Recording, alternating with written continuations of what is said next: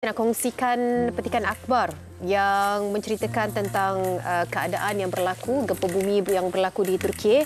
Halaman hadapan sekali, Harian Metro, saya nak kongsikan di sini. Kalau anda dapat nampak yang di atas ini, 24 jam tanpa henti jenazah datang bertalu-talu. Ini apa yang dikabarkan halaman 9, cerita lebih lanjut. Sedikitlah petikan saya bacakan di sini. Ruang tanah di kawasan tragedi juga dikatakan terhad. Berikutan banyak bangunan ranap yang turut menyukarkan proses pengebumian.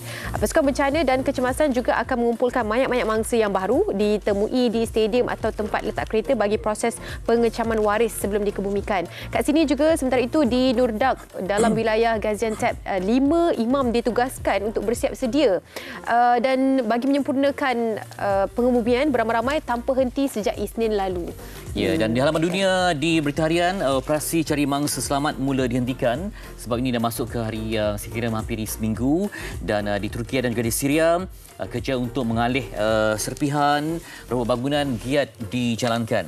Ya, katanya mangsa lebih 37,000. Okey, jadi mangsa yang ada yang saya baca sebelum ini, yang mana yang tergolong itu dipaparkan wajah mereka. Jadi ahli keluarga ni pergi ke bilik dewan ataupun bilik tertentu ke rumah mayat untuk mengecam ahli keluarga yang belum dijumpai dan mengesahkan. Jadi semua mayat yang ditemui dia ambil sampel darah sepertinya DNA untuk nanti memudahkan urusan di kemudian hari.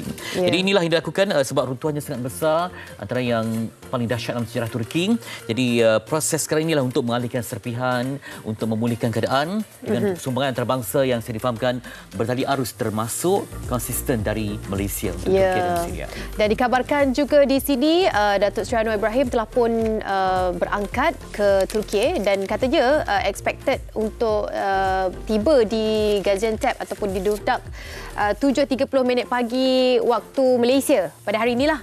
Jadi kita harapkan mungkin sudah berada di sana. Ini sedikit gambar ataupun yang sempat dirakamkan sebelum berangkat atas dasar persahabatan. Betapa akrab dan pentingnya hubungan antara Malaysia dan Turki. Semoga menjadi indikator penting untuk kita bergabung tenaga dalam apa jua keadaan sama ada senang maupun sukar seperti ini. Ya, baik. Kita nak kongsikan ini perkembangan terkini dari Turki yang mana wakil daripada MAPIM yang berada di Nurdak. Kita sempat untuk dapatkan sedikit temu bual bagaimana keadaan di sana, dan kabarnya kalau cuaca tu pada waktu malam boleh sampai ke -6. Kalau waktu siang 0 hingga 3 darjah Celsius. Jadi sebab bagaimana? itu ada dua gempa yang berlaku. Yang pertama gempa runtuhan, yang kedua gempa difahamkan sebagai kesejukan. Ya, cuaca begitu menggigit. Mereka memerlukan pada makanan yang selamat, makanan yang berkhasiat di saat mungkin ada yang hilang tempat tinggal, yang mungkin dalam juga bantuan dari segi emosi ya betul. Hilang anak, hilang suami, hilang isteri, yang betul-betul berlaku di Turki dan Suria. Jadi jom sama-sama kita dengarkan sedikit perkembangan terkini dari Turki. Alhamdulillah, hari ini saya Zuhani Zainur berada di kawasan Nurdak, Gaziantep. Setelah 7 hari kami berada di sini, dan kita sebenarnya dalam perjalanan daripada Ankara kita pergi ke Kahramanmaras, kawasan punca gempa.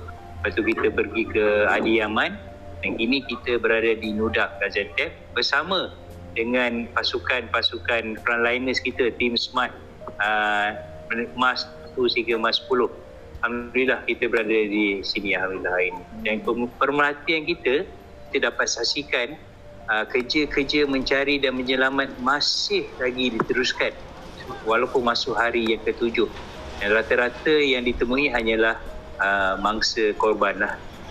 Perjalanan kami untuk sampai ke Kahramanmaras yang pertama itu hari, kita mengambil masa 30 jam lamanya jalan darat.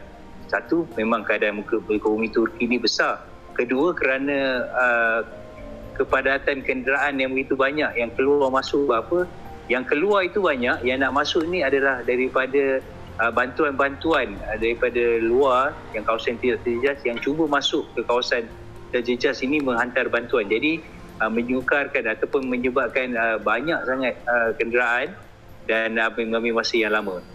Dan kita saksikan juga di Nurdak ini juga perkara yang sama berlaku, bantuan yang masuk terlalu banyak dan masih bantuan yang ataupun mangsa yang lari keluar pun begitu banyak. Itu keadaannya. Setelah bertemu dengan tim kita, kita rasa sangat berbanggalah dengan pasukan Isara ataupun tim SMART kita ini, kerana Mereka telah melakukan kerja dengan baik, komitmen sangat tinggi dan kejayaan mereka pun telah berjaya menemukan 45 mangsa hingga hari ini, dan daripada 45 itu 6 mangsa masih lagi hidup. Ini antara kejayaan yang kita dapat lihat di sini, dan komitmen antara tim kita dengan juga tim lapangan yang lain sangat baik. Untuk pasukan Smart Team kita ini, mereka antara pasukan elit yang terlatih lah. Bukan saja dari segi kemahiran, tapi mereka juga dilengkapi dengan peralatan yang boleh dikatakan canggih kerana pemeriksaan mangsa walaupun berada di bawah runtuhan yang berkaki jaraknya. Kita mempunyai peralatan yang cukup, dan moral anggota kita pun sangat tinggi kerana mereka akur dari tugasan yang mereka buat, dan saya sungguh berbangga lah. Yang saya dapat maklumat daripada sahabat-sahabat daripada Team Smart, antara kebanyakan runtuhan ini berlaku secara pancake. Pancake ni maksudnya dia roboh dan bertimpa. Jadi ini keadaan yang banyak yang berlaku di sini kerana dia roboh terus. Jadi ini sebenarnya menyukarkan aktiviti menyelamat kerana walaupun kita nampak mangsa itu, tapi nak keluarkan itu kita perlu angkat runtuhan yang sudah pasti batu-batu yang berat ini, dan ini antara yang banyak berlakulah di kawasan perumahan di kawasan sekitar bencana ini.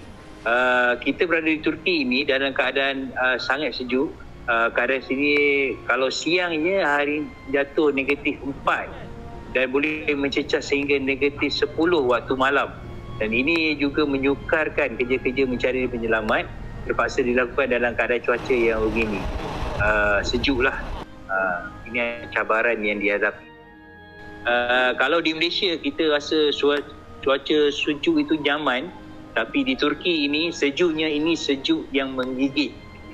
Bila kita sampai kita lihat kejadian gempa ini, dan boleh disaksikan belakang saya ini masih lagi ada keluarga yang menanti dengan penuh harapan agar keluarga mereka yang masa ini ditemukan. Walaupun mereka sedar setelah beberapa hari ini, setelah 7 hari ini,